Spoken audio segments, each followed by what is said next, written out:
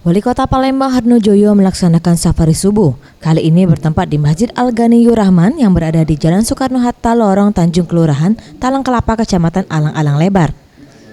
Hardnojoyo, Wali Kota Palembang ini menghimbau generasi muda untuk datang dan memakmurkan masjid dengan cara melaksanakan sholat berjamaah serta pengajian rutin dan ikut berpartisipasi dalam hal pembangunan yang saat ini dilaksanakan oleh pemerintah Kota Palembang.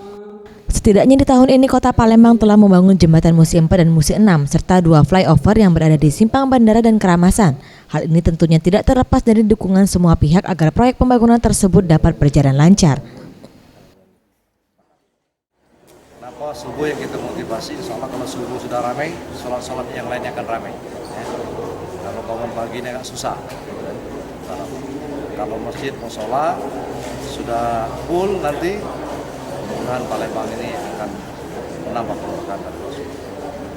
Dan kami terus berupaya bagaimana untuk mengajak masyarakat motivasi sholat subuh. Sekarang Bapak Camat sudah mulai mengajak masyarakat.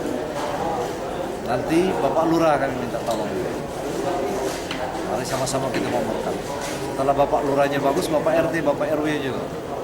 Mudah-mudahan para Ustadz berharap, ya mari kita motivasi masyarakat.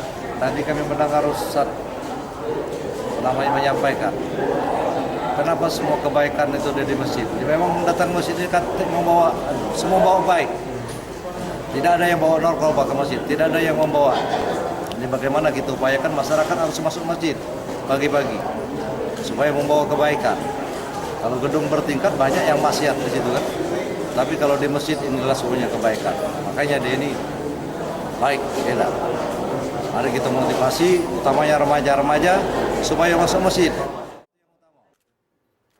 Dalam kegiatan ini juga Wali Kota Palembang memberikan dana pembangunan masjid serta menyantuni anak yatim. Tim Liputan Sriwijaya TV.